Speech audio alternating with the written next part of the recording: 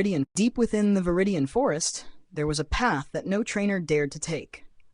The locals called it the Whispering Trail, named after the eerie whispers that seemed to emanate from the trees themselves. The forest, already dense and dark, grew unnaturally silent as night fell. Even the usual Pokémon stayed far away. One evening, a curious trainer named Lily decided to explore the Whispering Trail, dismissing the warnings as mere superstitions.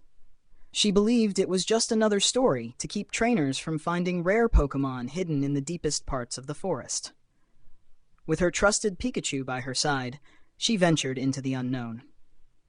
As Lily walked deeper into the forest, the familiar sounds of the forest faded away.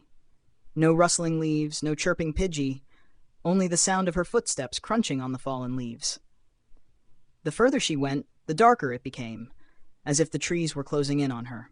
Suddenly, Lily heard it, a faint whisper, almost indistinguishable from the wind.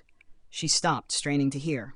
The whisper grew louder, more distinct, and she realized it wasn't just one voice, it was many, overlapping, as if dozens of people were murmuring just out of sight. "Turn back, leave, or join us." Lily's heart raced, but she pressed on, determined to uncover the secret of the Whispering Trail.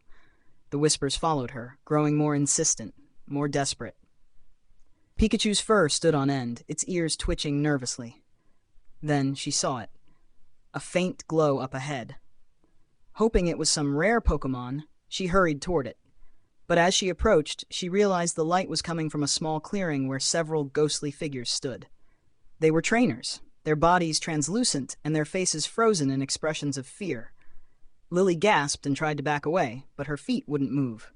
The whispers grew louder, deafening, as the ghostly trainers turned to her, their eyes hollow and lifeless. "We warned you," they whispered in unison. Before Lily could scream, the shadows of the trees reached out like tendrils, wrapping around her. The last thing she saw was her Pikachu, its terrified face staring back at her, as it too was pulled into the darkness. The next morning, the townsfolk found Pikachu alone at the edge of the Whispering Trail, its fur matted and eyes wide with fear.